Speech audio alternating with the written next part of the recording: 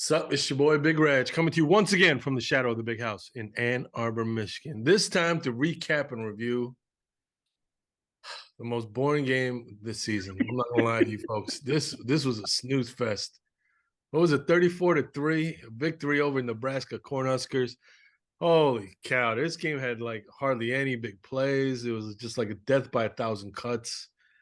I mean, man, oh man, where do I begin? You know what? I can't. So, you know what? I'm just going to raise my glass and say, hey, good job, good win, 10-0 for the first time in a long time.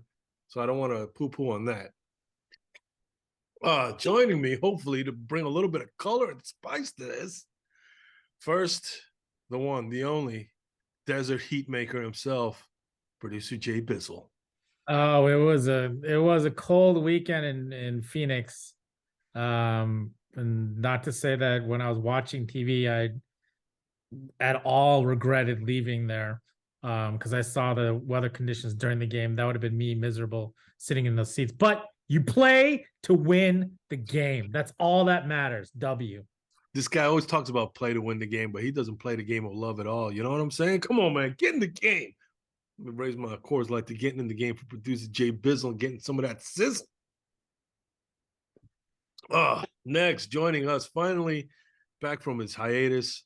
He was conducting a secret coaching clinic for softball down in the Dominican Republic. He's trying to recruit some players for the Michigan softball team. So I raised a glass of that. Coach Hutchinson has got him on the payroll. The one, the only, JC from Sunnyside. What's going on, Big Reg? First time, long time. I've been gone for a while, but I gotta say, not much has changed about our offense. The same concerns still linger, you know? Like I've told those DR girls about how to throw the softball, the same motion, right? The same motion that I use in my Pop Warner days. Should be the motion that JJ is using to throw downfield, but I'll save that for our segment. When we get Hey, there. listen, let's not save it because there's nothing else to talk about this game. Because let's be honest, there was no big defensive plays. Because Nebraska was horrible on offense, absolutely horrible. You know what I mean? We held them to 3 points, but a lot of that had to do with the fact that their offensive coordinator got knocked out in the first half. Remember that? I felt bad for that old guy. I don't. He got wiped out. He must have like the thickest playbook ever in terms of like having like he was what 80 years old or something like that, and he was offensive coordinator. No wonder they only scored 3 points. I mean, he had literally like a trapper keeper. You know what I'm saying? That was just literally a playbook. He had literally a playbook. I was like, what is going on out here? That's why he was like, yo, here, just take the trapper keeper and y'all call the plays because I'm out. It was ridiculous. He tried to put the headset back on, had someone prop him up while he's trying to look through the trapper keeper. Come on, man. You're still going to the tunnel. I was holding him up like this. You saying it was a Weekend at Bernie's situation? Is that what you're saying? Weekend at Bernie's? Oh my gosh. He was a kickstand. He needed a kickstand, you know? Come on now.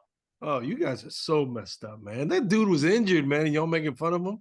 Oh, no. No. I don't participate in that. In elder abuse like that. Holy smokes. But anyway, like I was saying, there was just no big plays on offense or defense. Blake Corum, I forgot what the stat was. Devin Gardner and Sam Webb on their show was saying something like Blake Corum averaged like over 6 yards a carry. But there was like hardly any big runs. It was like literally every run was like 6 yards. You know what I'm saying? It was just like nothing, no juice, no excitement. Oh, good gravy. It was so boring. Especially the first half when they were trying to throw the ball downfield and they kept missing on them throws. It was tough to watch. It felt like I was watching, soccer versus football. You know what I mean? Like soccer, it's just long periods of no scoring. That's what it felt like. I mean, you could tell that they were trying some plays, but this is gonna get a little bit on the offensive coordinators because There's just some of these plays that I really honestly don't understand what their intention is, other than to test the downfield action. But give JJ something that he's actually going to be able to work with. The only whole pass that was decently good was like through Cornelius Johnson's hands, which he has butterfingers anyways. I don't know why we're passing to him, but that it's like Roman Wilson, he came back into this game, but there was nothing that was really thrown to him. I mean, like someone commented on this before, but like AJ Henning was supposed to be like our next Debo Samuels, and like he's done absolutely nothing. Like, what is going on with any types of play calling? I knew this game was not going to be what the spread was, something ridiculous, because I knew we were just going to keep running the ball because Nebraska wasn't going to stop us. So this is a win. I'll take it. We continue onwards. I felt the offensive line just did whatever they wanted to. And the defense shorted up again, second half, 0 points, shutting everyone down. But yeah, we could have used this practice game as a really good test to like try out some of these plays that hopefully in progression build up to something. Where's a play action pass? I mean, you have a running game. Why not play action pass off of that? We're missing a tight ends, but opportunity lost. But a win's a win. Are we talking about the Maryland game or the Nebraska game? Or the Michigan State game? Or it's just a similar pattern, week in and week out. We won 34-3. The spread was 30.5. Right, so we barely beat the spread with that last field goal. Fine, we checked the box. We did what we had to do. We're 10-0 going into Illinois. Major concerns about our receivers. You know, like I just don't see the separation. Like you see JJ make the throw, and then there's always a corner on the receiver. Is that on JJ? Is that on the receiver? Is that on the offensive coordinator? I don't know if it's one group. I think it's maybe a collection. You know, those 15-yard pass plays that JJ hits once in a while, yeah, those are there. But can we hit the 45-yard in the air, drop it into the bucket? I just haven't seen it. It's not like we didn't try. We tried over and over and over again against a bad Nebraska defense, and we just couldn't do it, which is concerning. If we can't do it against Nebraska or Maryland or Rutgers or Michigan State, and we do it against Illinois, OSU, I'm concerned because by now we should be able to hit those plays with a 5-star quarterback, with some high 4-star receivers, giving him all the time in the world. He should be hitting these plays, and we're not.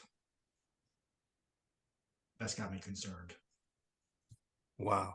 Everybody's coming off of this 34-3 victory with a little bit of a you know, clamped. You know what I mean?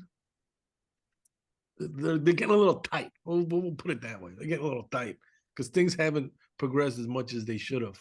Agreed. But you got to keep in mind this game. Donovan Edwards, big time playmakers out.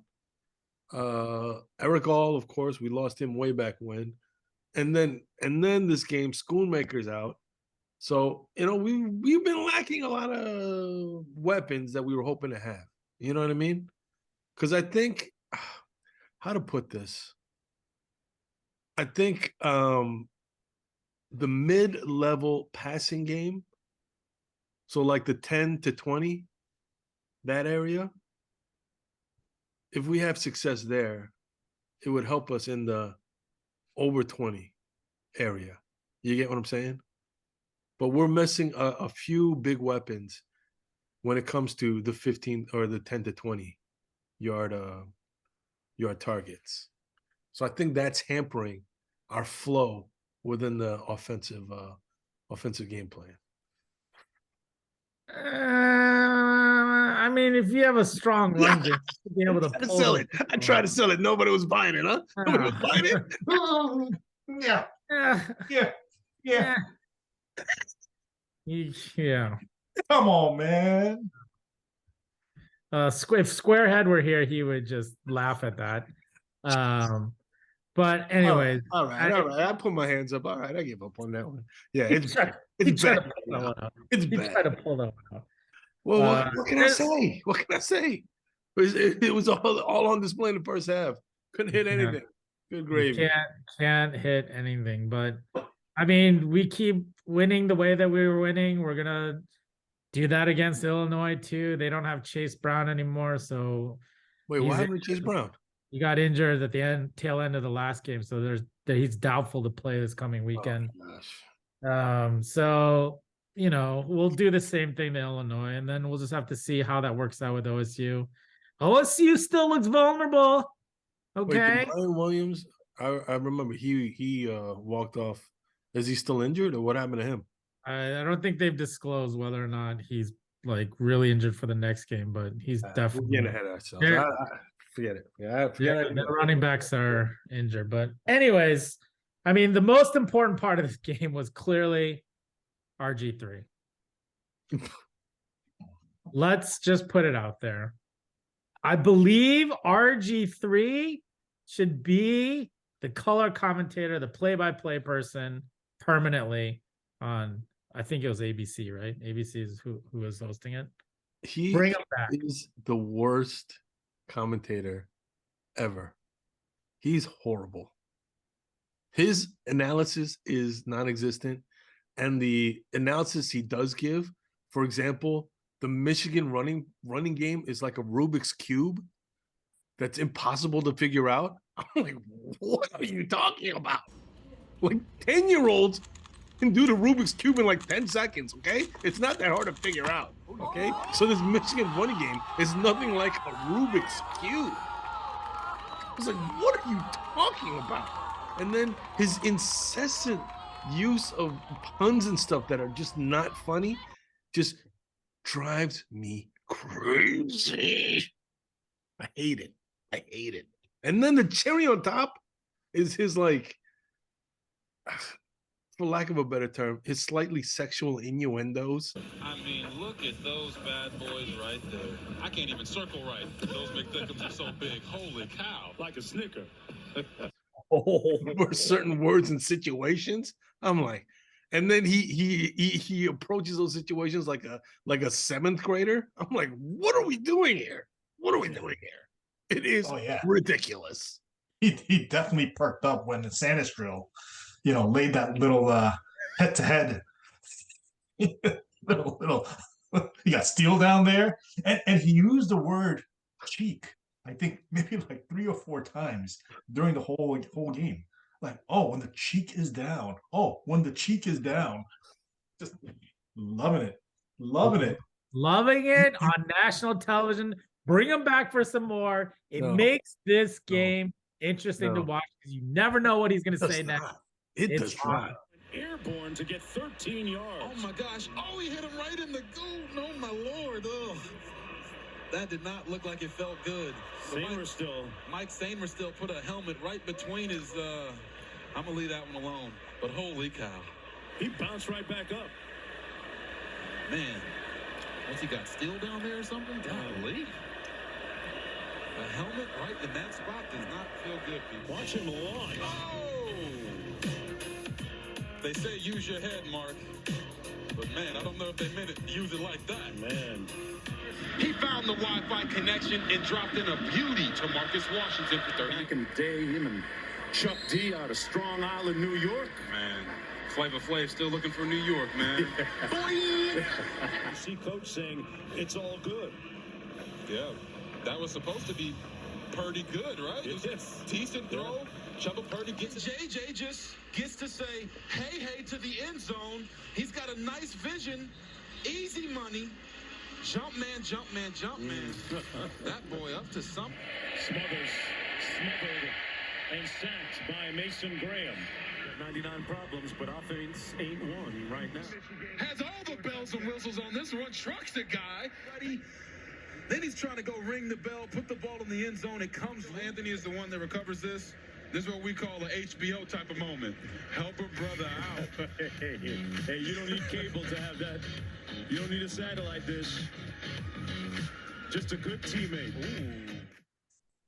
I can't stand it. I can't stand it. I think the one of the other ones was when, remember the play-by-play man. What was his name? Mark Jones, I think his name is. I think his name is something Jones. Yeah. But then he was talking about like feet down in Florida or something where they burn sugar cane or something. And then RG3 goes, "Ooh, you talking about feet?"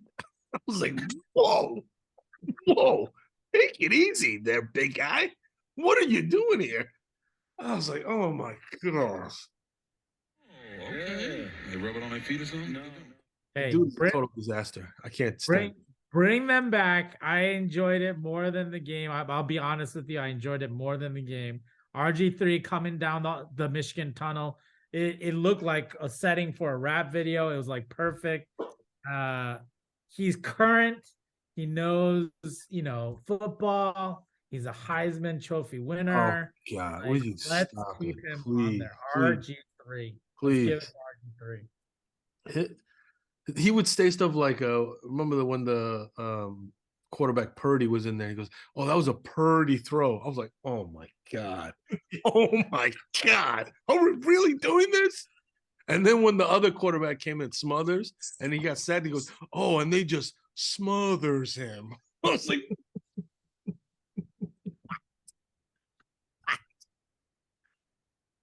I think it's genius. I think it's actually genius. Like, he knows it's really corny, but because it's so corny, he's got us captivated. He's got us like, oh yeah, that's the one. We're waiting for those comments to have happened. Come on, Joel Klatt and Gus Johnson. I'm done with them. Done with them. I can't, Gus Johnson names every player incorrectly for like 2 minutes straight, and then finally someone corrects him, and he's like, "Oh yeah, that was AJ Henning." Blah blah blah. Like, get those guys off of there. I want some RG3. No way. RG. I remember one time it was something like I forgot what the dude said. It was something like because RG3 used to play quarterback for those who don't know, and then the play-by-play man Jones said, "Hey, so when it's cold down there, it gets pretty hard to throw, huh?" And he goes, "Yeah, when it's cold, it's pretty hard to throw." He added nothing. He just repeated the same thing. Come on. I mean, it's kind of obvious. It's obvious. It's cold. Your hands get cold. Your feet get cold. I'm like, okay, thank you for that insight, I guess. It's cold. Okay. And the hat that he had on while I was walking in the tunnel, and then he was in the studio, he's just dripping. He's just dripping. He stole that. He's at the tailgate with a little kid, with another hat. There's a picture of him. Come on. He stole that hat from Devin Gardner. Sam Webb and Devin Gardner, when they do the Monday morning quarterback, Devin Gardner been wearing that hat for I don't know, a month now. A month.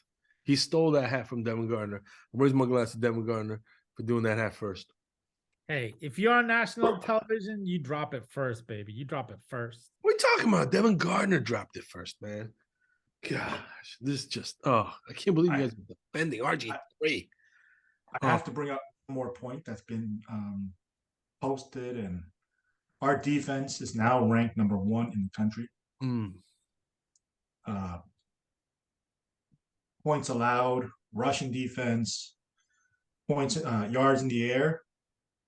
But I'll be honest, I think we're slightly overrated as a number 1 ranked defense in the country. Wow. This guy. I gotta say, I mean, the teams that we played, we should be number 1 in the country with the teams that we played.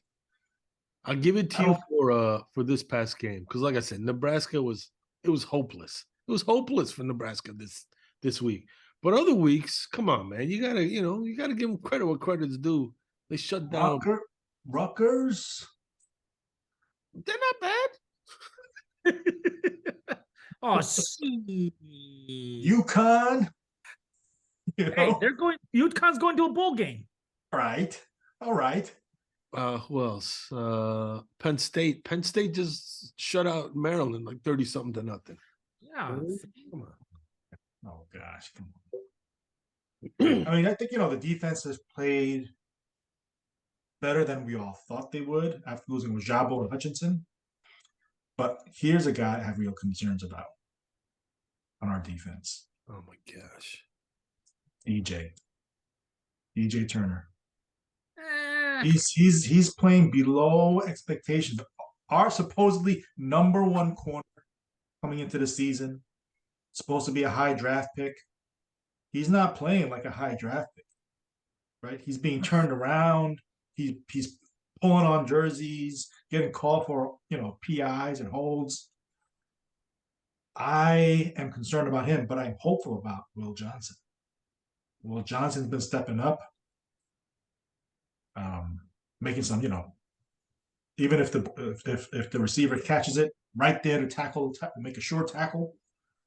I like Will Johnson.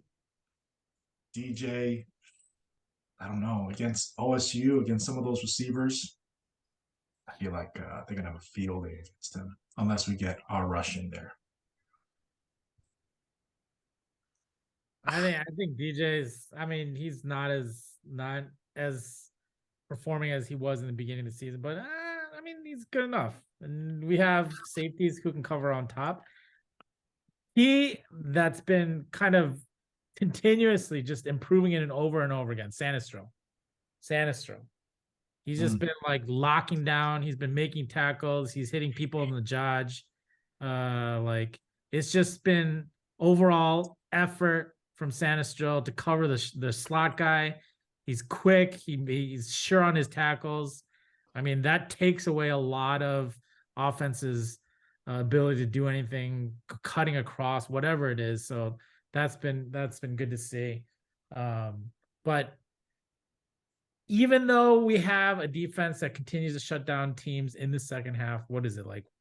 We're outscoring them like 117-3 or something like that in the second half. It's just a wonderful scene to see when that this team just locks down in the second half. And if you have that kind of attitude going in towards the end of November, and we all know November is when the playoff picture becomes real, then this is going to be a team that's going to at least at minimum be in contention to get into CFP. I don't know. Well, I'll just put it this way. This game did nothing to burnish our CFP standing. You know what I mean? Because it was the game was boring, the opponent was underwhelming, and we did what we were supposed to do. But again, it didn't hurt us. It didn't help us. I'll just put it that way. It was kind of like a as long as nobody got injured, you move on kind of game. It was just boring, for lack of a better phrase. It was a nothing game. And I don't mind the nothing game. It's kind of like, you know what? It's kind of like getting a second bye late in the season, Get a chance to rest a couple of your starters like Donovan Edwards.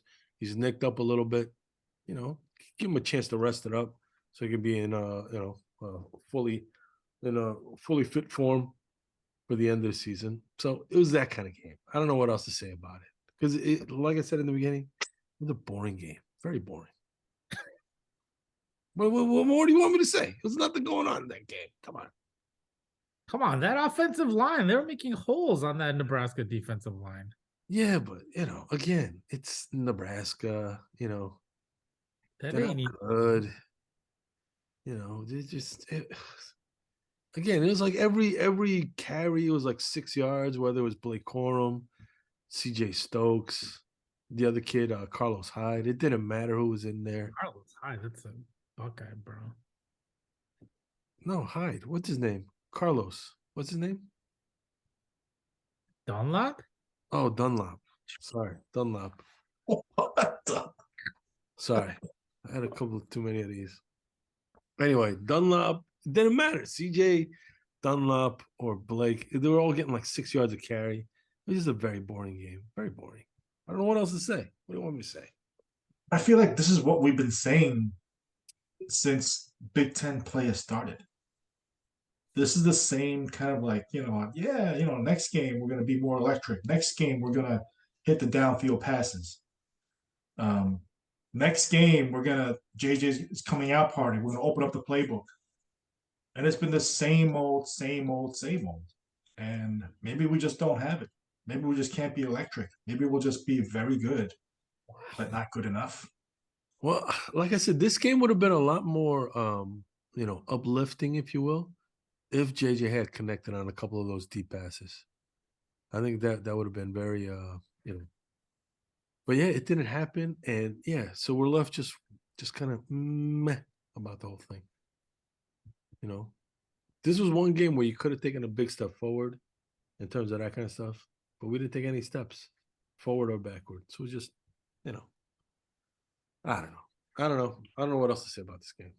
I got nothing else to say. Let's just hope that Mikey Morris is okay. He left a little sprain. So hopefully my guy is, all right. Oh, who's got a late call here. This guy always has technical issues. Always.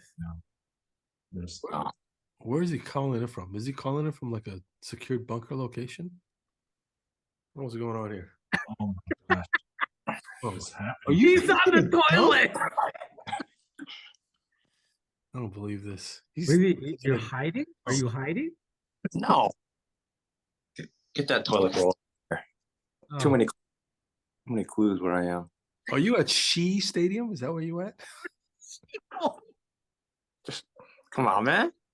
What is going on right now? I'm surprised you haven't started. We're almost done. We have nothing left to say about this game because it was so boring. We're like scraping for things to say. And all of a sudden you come in on a toilet bowl with a hot take that you want to dump on us. Holy smoke. That was an RG3 type comment right there. And that's how you do it. I love him. Like The more I RG3. think about him, Come on. the more I think about him, the more I love him. Oh He's great. He's great. No, he's not. Nameless. No, Nameless. Would you rather listen to RG3 or Gus Johnson? You know what? Name RG, but I don't. It's not like I even mind Gus that much. I don't mind him, but RG is fun. RG is fun. He comes up with some good stuff. I mean, it's almost brilliant. It's almost brilliant. No, it's not. I got another. Did you even wipe? This guy just got up without even wiping. Holy smokes! Gosh. An eight take. Holy smokes! This one involves big. Hold on. Are you pulling a Donald Duck right now? Shirt but no pants? What is going on down there? Oh. You don't want to see. He's got steel down there. Oh, lurking, waiting for that line all night. JC from Sunday Night waiting for that. Jeez, what a stretch. My take is that Big Reg is actually a little jealous of RG3. A little. Nuts? Yeah, a little bit. That's why you're not giving him credit. Oh my god. Because he's funny. You gotta be crazy right now. Little bit. His hits so far this year was there's an orgy in the end zone. Come on, really? Is that what we're doing? Is that what we're doing? That's like a sixth grader type of comment. Okay, come on. These things are not clever quips by any means. And yet in game 10, we're still quoting it. Quoting it. Because I'm shocked at how horrible it was to be broadcast on national TV. Come on. Not an orgy in the end zone. The fact that we're talking about it, the fact that we're giving airtime to it, there's a brilliance to it. There is like he knows it's corny when he sees Purdy, Purdy good throw, Smothers. Like he knows it's corny, but he knows it's gonna get, our ear. It's gonna make people chuckle. being from the DMV and actually hearing from him when he was quarterback, there was tons of this cheese ball stuff, but now he's more refined with it. Honestly, he's polished his product. He's good now. It was terrible before. Honestly, it was really, really bad back in his quarter when he would put his stuff out on Twitter and social media.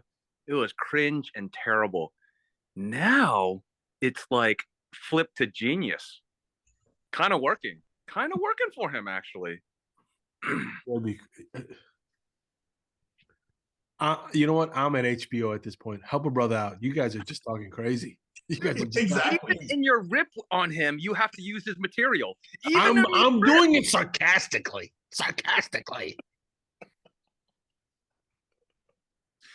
I just can't wait to his next episode where he breaks down what RG3 says, and just how wonderfully bad it is according to his thoughts. Well, we have one more chance because this Saturday's game's on ABC. Ooh. So hopefully he gets to be on it again because the OSU game's on Fox. Yeah.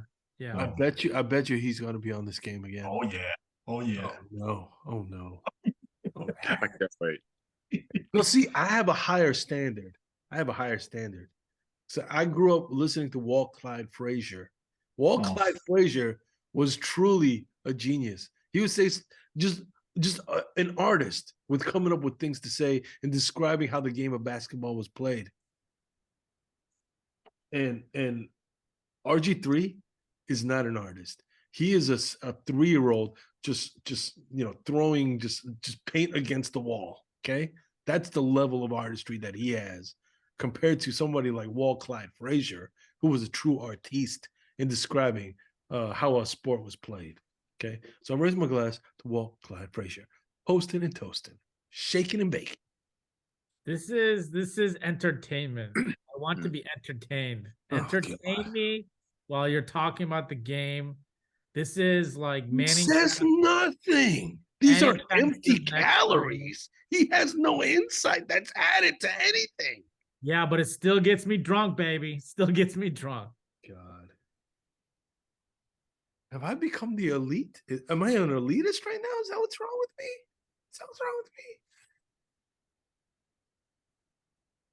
Anyways, we have a couple of comments left on the last video about Michigan versus Rutgers. K-Gun said took his family to the Rutgers game. Parking is absolutely garbage. Entry process brutal. I mean, we all know this thing. New responder, Tali Michaud. Who's that? It's a new person. Writes down first half versus Rutgers was practice. We're talking about practice. Put that down on there. Big Rock. Second half adjustments are unreal. Love the Rutgers finance demise education. People want to know what's going on with Rutgers.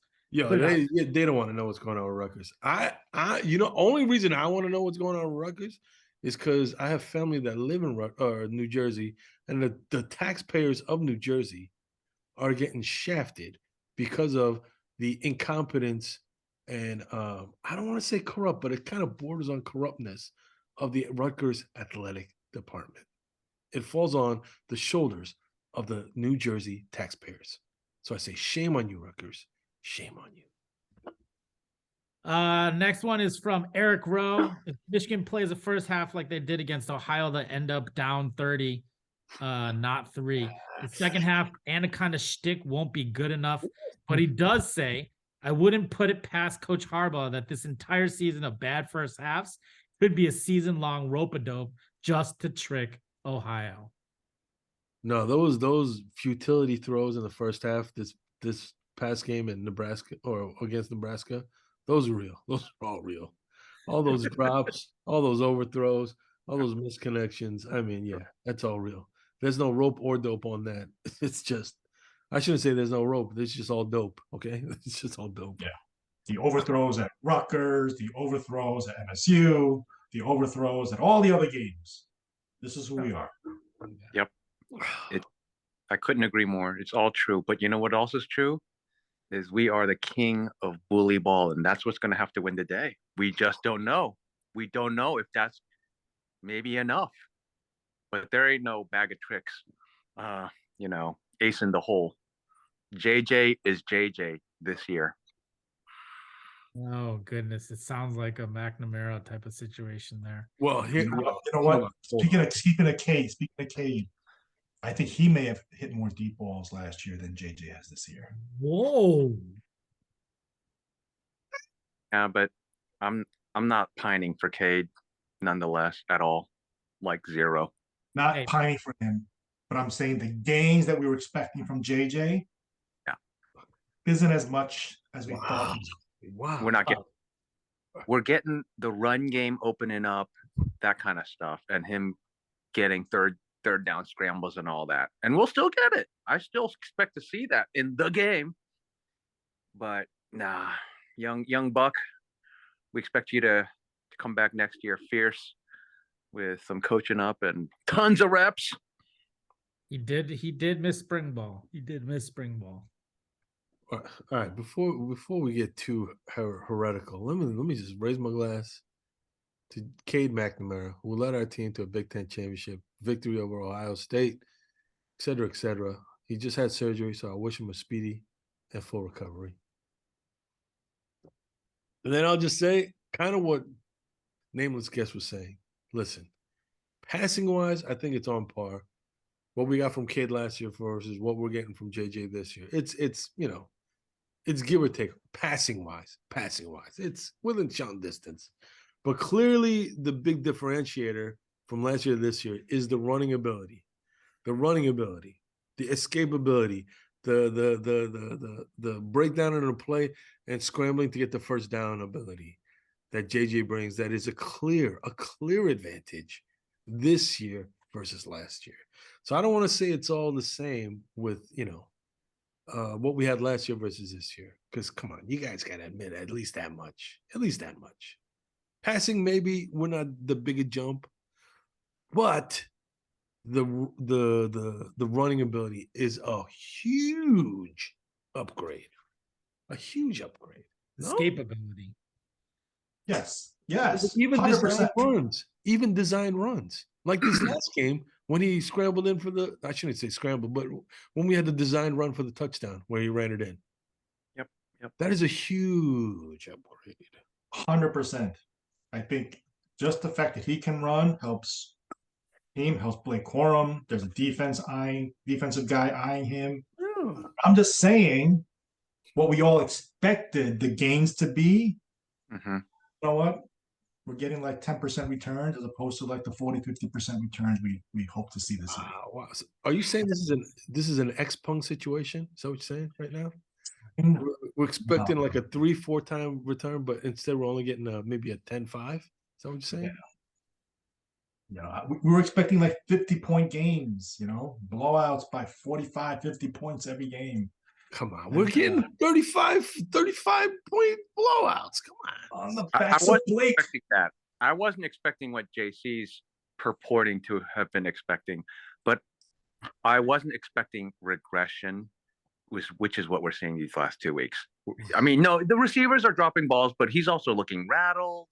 He doesn't look as good as the few games back in terms of his decisiveness and his zip and his accuracy. Just doesn't.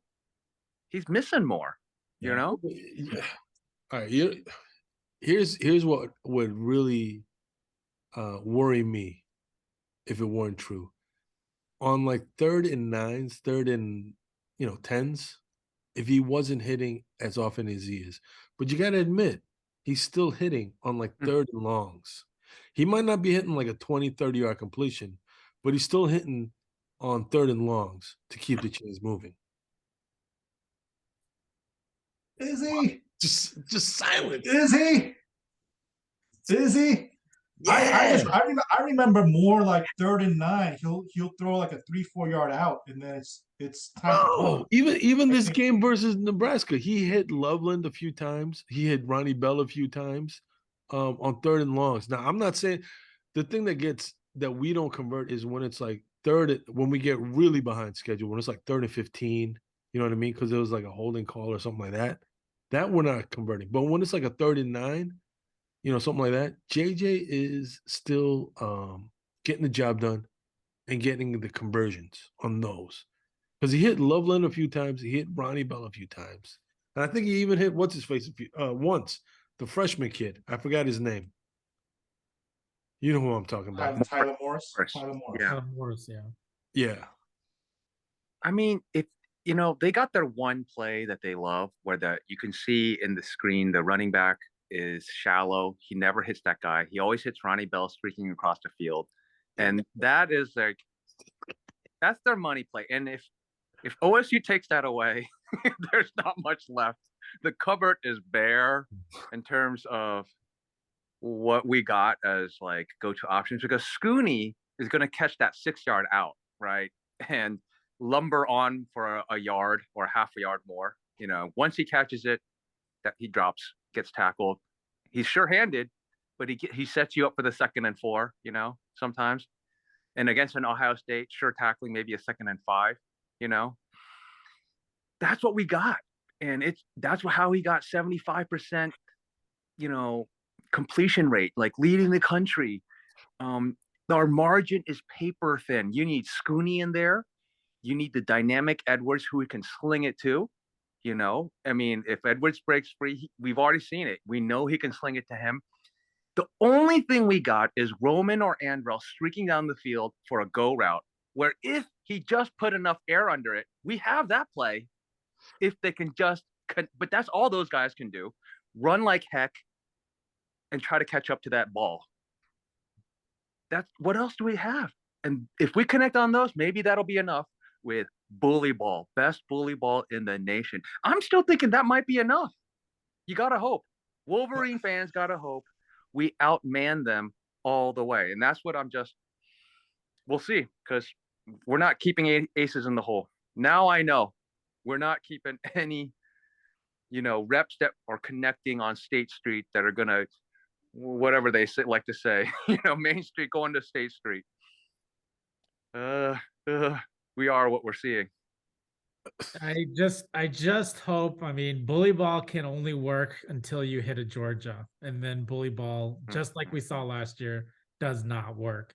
So what do you do in the meantime? You need to install play action. Get the people to bite and then be able to dump it over them. And I haven't seen it yet. Too much of this RPO and we've seen these defenses just crash down on the edges because they know if it's bully ball, let me just run around the line. And but them there.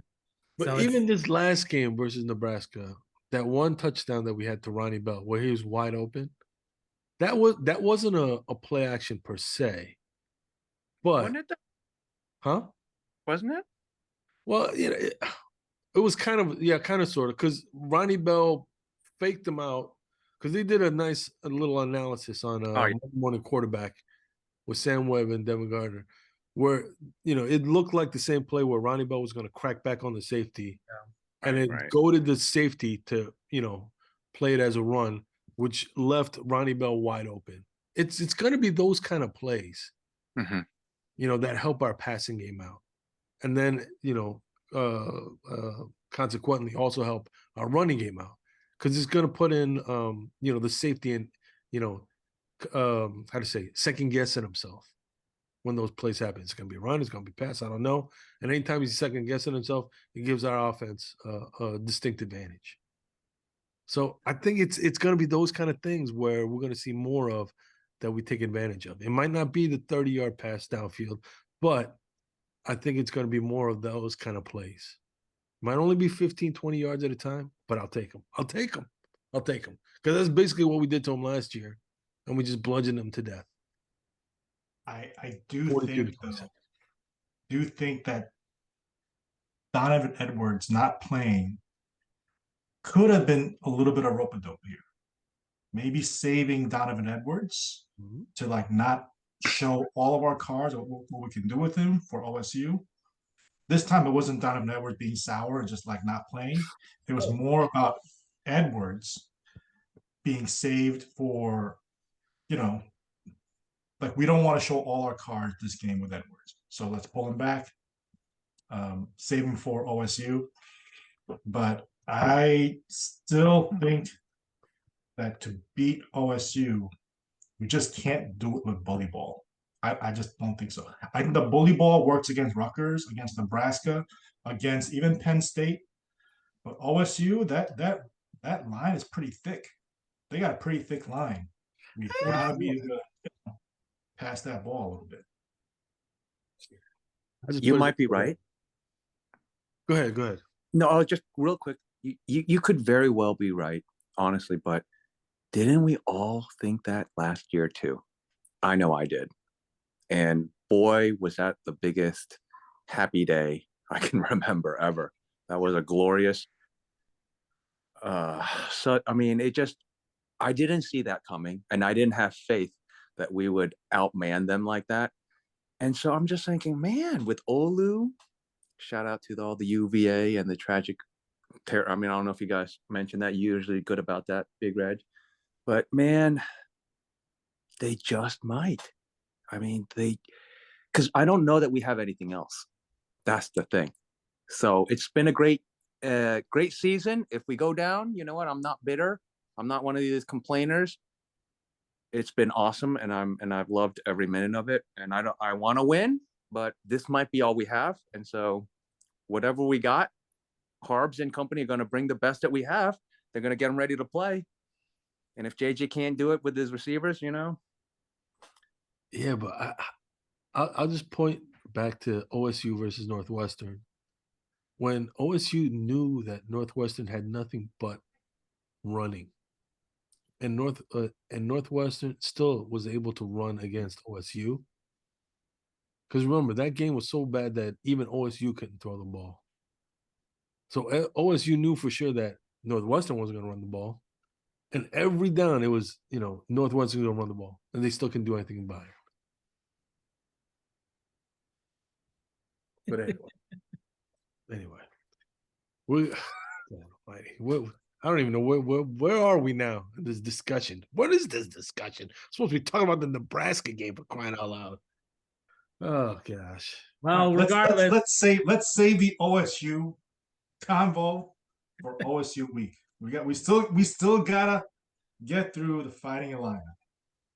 yeah, we still need to hear from you and be able to comment, link, subscribe to this channel. What do you think about that Nebraska game? What are you thinking for this Illinois game?